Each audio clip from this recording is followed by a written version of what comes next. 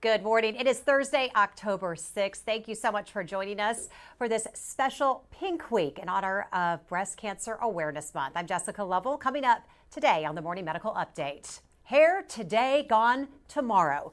This breast cancer survivor is putting into words the impact cancer and losing her hair had on her life, plus the role her faith and the University of Kansas Cancer Center had in her healing. We know the COVID can mutate. Now a warning from the nation's top leader in the virus about what is to come this winter.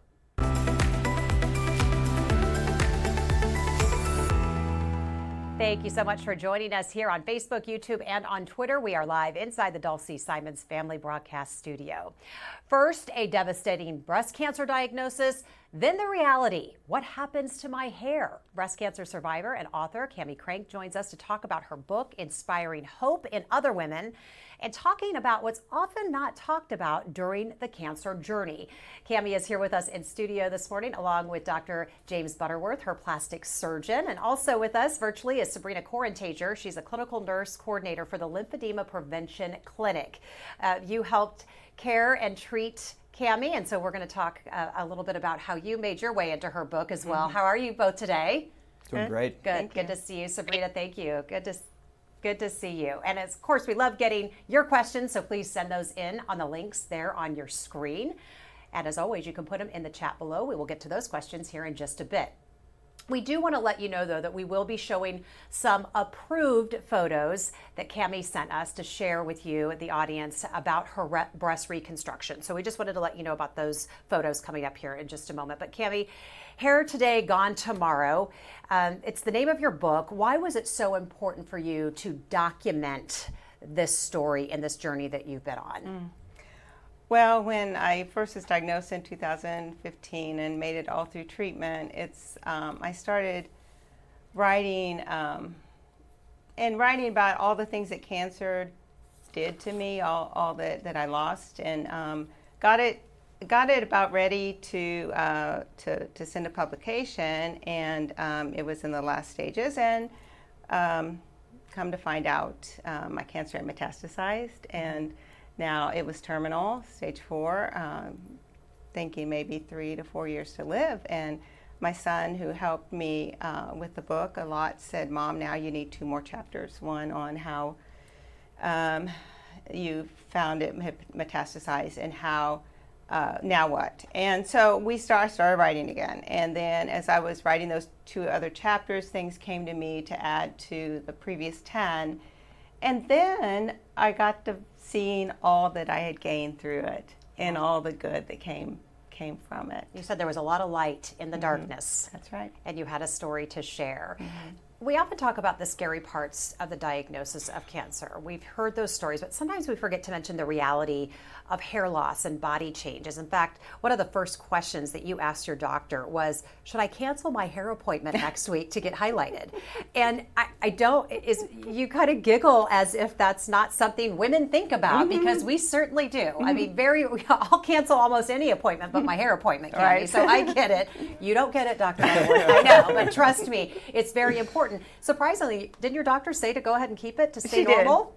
Yeah, she did. I couldn't. My husband said later, that was so funny you asked her that. But all my doctors and providers at KU they've become like my friends. They have. So. I hear that story a lot too. But back to hair, Camy, one of the quotes in your book was, "I always thought that my hair was my best feature. Often mere strangers would stop me and tell me how pretty my hair was. My hair was my crown." I mean, it's a safety net for some women. It's their identity, and I don't think there's anything wrong with that. So to be faced with something, we think that's very trivial, our hair, with something, combined with something so serious, but kind of how did you grapple with that? Honestly, when I got my diagnosis and my daughter and my husband were sitting there with me, and my breast surgeon said, "You will lose your breast and you will lose your hair." And losing my hair, that was much harder to take. It was. Tell us a little bit more about that. I don't know. I guess because I guess it was my best feature. That's what I always thought. My hair was my best feature. And And then, it's always out there, and your Yeah. breasts, it's easy to disguise, I guess, but I don't know, it's just. But I like hearing you say that really candidly because it's something that, a lot of women want to talk about, the health part of it and not the aesthetic part. And it's all part of how we feel. So Camy, you were diagnosed with stage 3 breast cancer in 2015. You underwent chemo, double mastectomy. You were very open about documenting this in your book. And I know we have some photos. Again, these are the photos that you wanted to share. And that's why I want to bring in Dr. Butterworth about the type of reconstruction that she had. It's called DIEP, as in DIEP. Tell us what that means and how it differs from other options that women are given at the beginning of their diagnosis. Sure. So a DIEP stands for the blood vessels that supply the blood flow to the tissue, and it stands for deep inferior epigastric artery flap.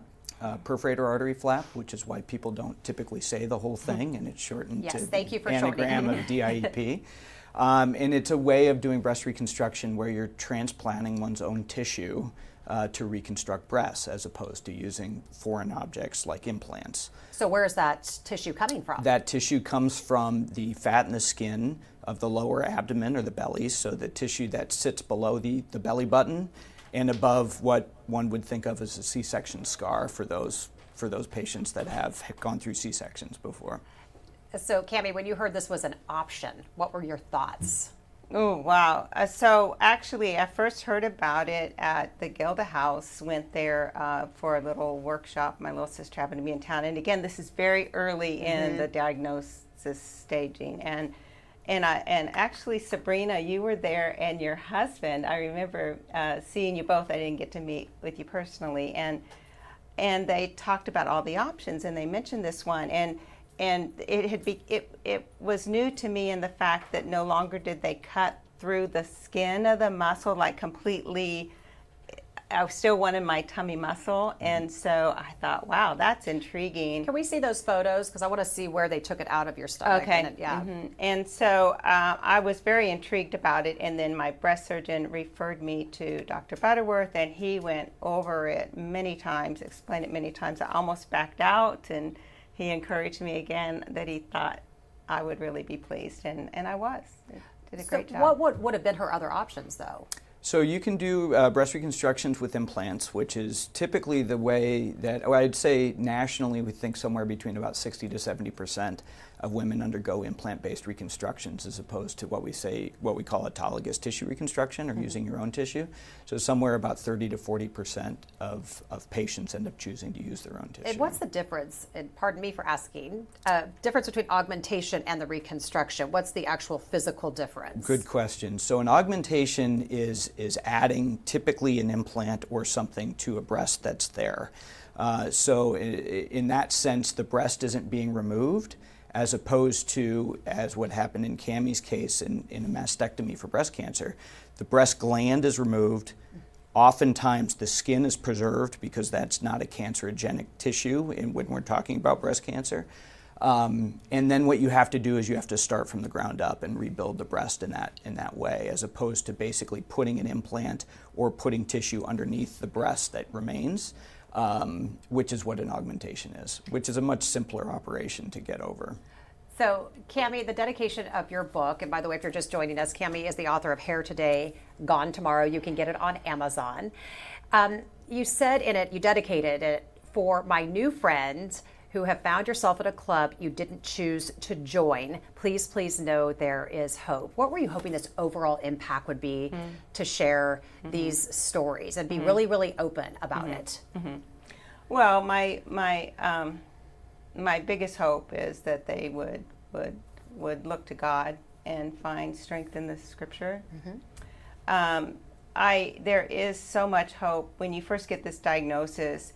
You're devastated, and it's so there's several kinds of cancer, but breast cancer is so personal, and it just, there's things that you go through that you don't know who to talk about, and I would scour the library for books. I wanted to talk to someone who had gone through it more specifically, and I thought, I'm going to write a book that I wish I could have found and read when I went through this.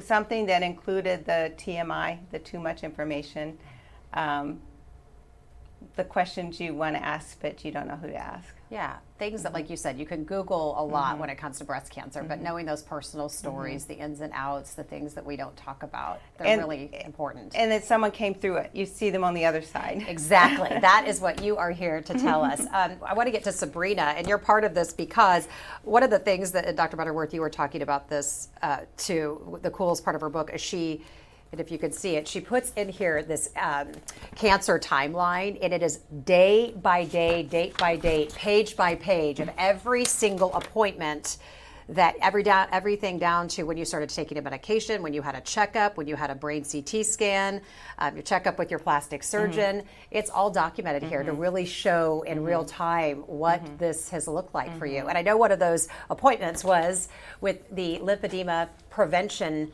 Center, our program here that Sabrina Correntager is a nurse, and she was part of monitoring you to make sure you don't get lymphedema, and if you do, what those next steps would be. So Sabrina, good morning. Tell us about your part in her story, and just kind of what do you remember about caring for it and spending time with Camy? So one of the first things Camy mentioned was the personal relationship she's established with all of us. We meet with patients very early on in their diagnosis. We're not kind of a hidden thing. One of the goals of prevention is to meet with patients before anything could even happen, so that they know who we are, they know what the risks are, and they know what we're going to do if things start to happen. Almost a decade ago, we started using advanced technology to go and essentially seek out if a patient's having early indicators of lymphedema.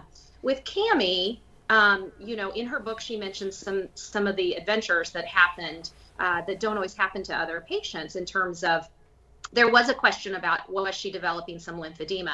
Due to the use of our technology and us following her closely in the clinic, we were able to determine that it wasn't, which gave her a great peace of mind. We're actually making strides about trying to seek out people who are having those early indicators before they even develop it. So we'll monitor her through the continuum. She still continues to come and see me, which is a highlight. I love having long-term patients. That helps to create this person. Well, if patients are having questions about, is this normal, is this not normal, we're always available for them because we've established such a personal relationship. So how long are you monitoring her for? Is this for you said long term? That's a great question. One of the beauties of our program is we're really able to tailor it to what is the patient needing. Some of our patients only need a few years. Someone like Camy, I'm going to continue to see along the continuum. I've been seeing her since 2015. And I have absolutely no indications that I won't continue to see her. So we really make a personalized plan for these patients based on what's in their best interest. Are they needing a little more frequency of visits? Are they needing less? Some patients we see once a year. Others we discharge after a few years. It depends upon what their medical needs are and what their personal needs and level of comfort with the development of lymphedema are, and then what we see clinically in them. So Sabrina, why do some women get lymphedema? Are there some people who are more prone to it than others? That's a really great question. One of the things that the University of Kansas Cancer Center is dedicated to is we're trying to find those key indicators. We're making some great strides. We've published some papers and we have more coming out. We know that there are certain things that do make somebody more susceptible, whether it be the use of some chemotherapy drugs such as taxane, how many lymph nodes are removed, some other factors. So that's where I mentioned we're really able to make a specialized plan for a patient based on what we see with them clinically. We don't have 100% the answers, but we're pretty darn close as to being able to say this person's pretty low risk or this one's much higher risk. And those that are higher risk, we monitor very, very closely. Take a quick moment to check in with Medical Director of Infection Prevention and Control, Dr. Dana Hawkinson, getting our COVID count. Good morning to you. Yeah, hi. Hi. Good morning. Good morning. Yeah, right now we have 32 active infections in the hospital with 3 in the ICU and still 1 on the ventilator, 17 in that recovery period as well. So still kind of staying high, in that low 30s, and just kind of waiting to see, cases are going down, hospitalization's still going down. Booster uptake, however, around the nation is quite low. But we know boosters can help reduce your risk of that severe disease, and I think that's important, especially for those at highest risk, especially those in the older age brackets and with other comorbidities. Dr. Hawkinson, Yeah. Dr. Fauci says another COVID-19 variant could emerge this winter. What is he talking about? Yeah, I mean, I think we are always on the lookout for new variants. If that's one thing that has proven to be true since the pandemic began, is that these variants do arise, and they fill in those vacuums of those places where there is immunity to other variants or other isolates of the virus. Mostly it is determined by that spike protein in your antibodies or lack thereof antibodies to that specific spike. But overall, what we also have continued to see is that our preventive measures and our treatment measures continue to work, and I think that is what we need to count on. And so prevention, of course, is being up to date with your vaccination. And then, of course, we have the treatment, so it's getting tested early if you have symptoms. Getting on Paxlovid. As of yet, Paxlovid we haven't seen any resistance for that antiviral, and so that is very good. It will work, but again, also, especially if you are in those higher risk groups, it is important to get tested early and get treated. This week, Wyandotte County announced its first case of monkeypox. The CDC says that monkeypox isn't going away anytime soon, even with a vaccine. So what does that mean? Well, what we do know is the epidemiologic case counts have decreased steadily for the past few weeks, so that is good news. We know that it is very difficult to get monkeypox. It is really mostly, that intentional contact, that close contact.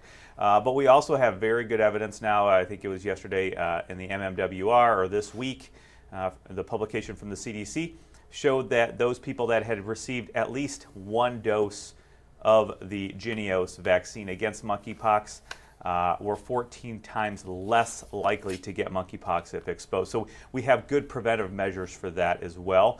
But it's also continuing that education and that information program to let those groups at highest risk know and understand that. But I think overall we should be quite happy that the cases around the United States are decreasing.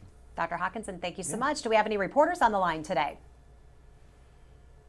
Well, let's get to our community then. And I have a question, kind of a double question from Joellen and Andrea. Andrea's asking, Dr. Butterworth, is reconstruction, is that part just merely cosmetic? Are there any health benefits to recreating that tissue? And Joellen's just asking, what about people who just choose not to do the reconstruction?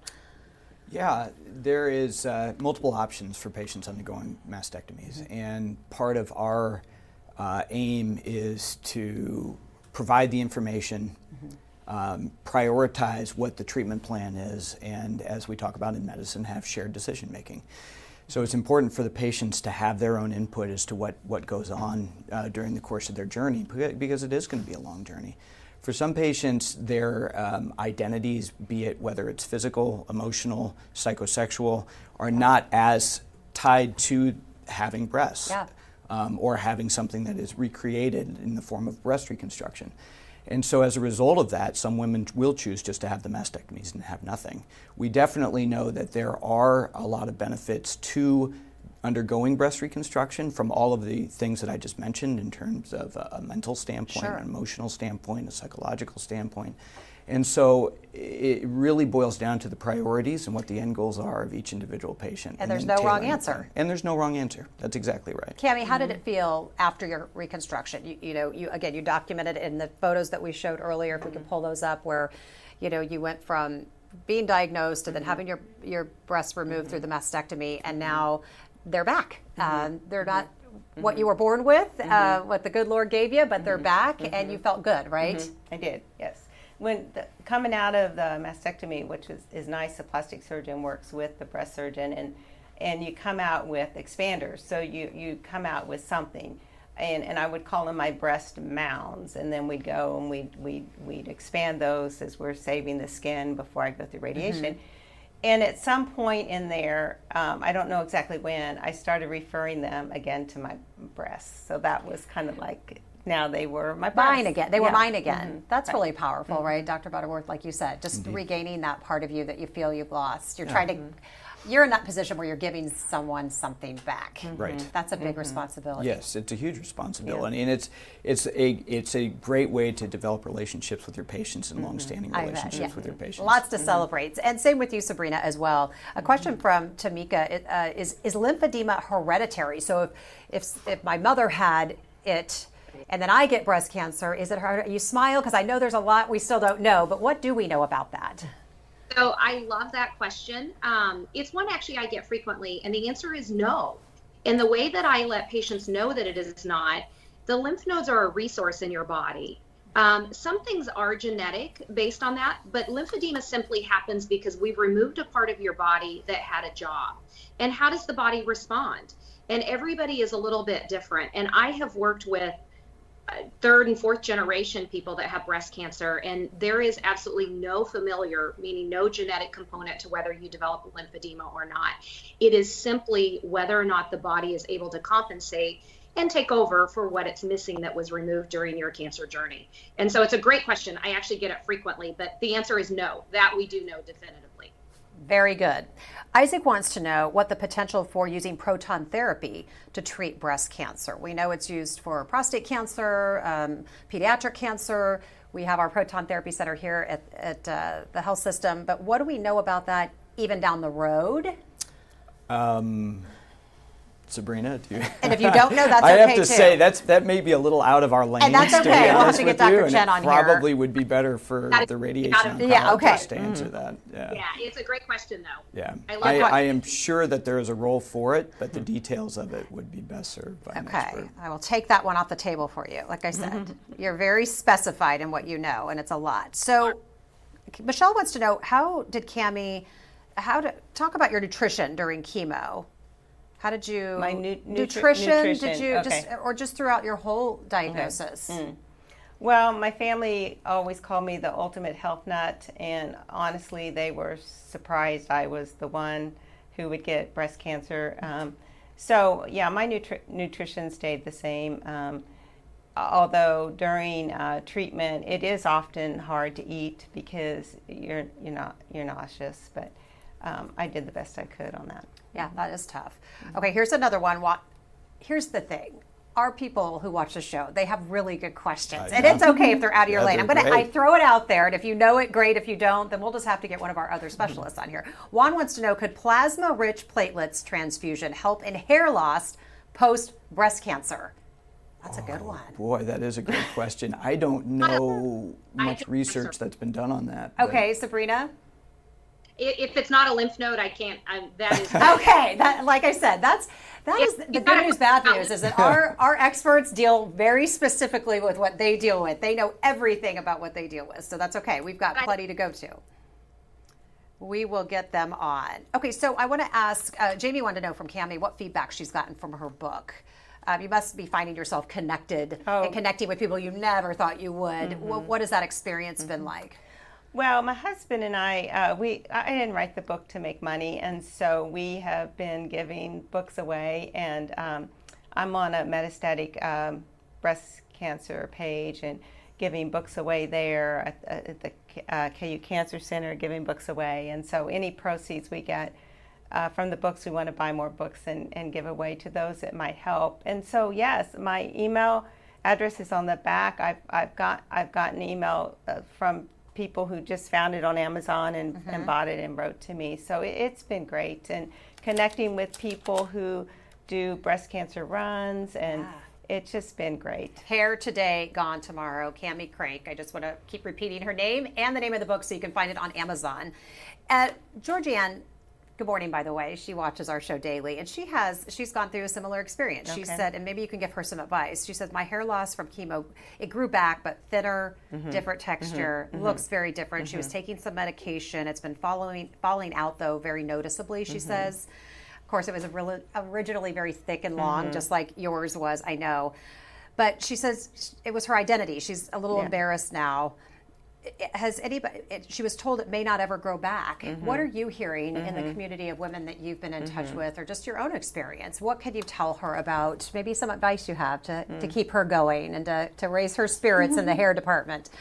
Well, yeah, my hair's never been the same, and of course I lost it a second time, and now the next treatment after the one I'm on now, when this one fails, is I'm probably going to lose it again, and so it's come back different every time. And of course, and I don't feel like I look like myself, and one thing I finally realized, I just look in the mirror and smile, and I'm like, okay, my best accessory now is the smile, and then that got so hard during COVID, because then we got the mask on. And it's like, I can't even smile, you know. But I just realized there's things a lot worse than losing your hair, and to be able to be positive in spite of losing your. It changed you. This has changed you for the good. You've gone deep for sure. Yeah.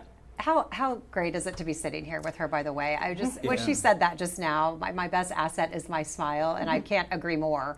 But For just sure. to have her sitting here with you today, what's that like? It's amazing, and I'm always impressed by people like Camy and my patients, their adaptability, their perseverance in terms of breast cancer survivors and people that are going through breast cancer therapy.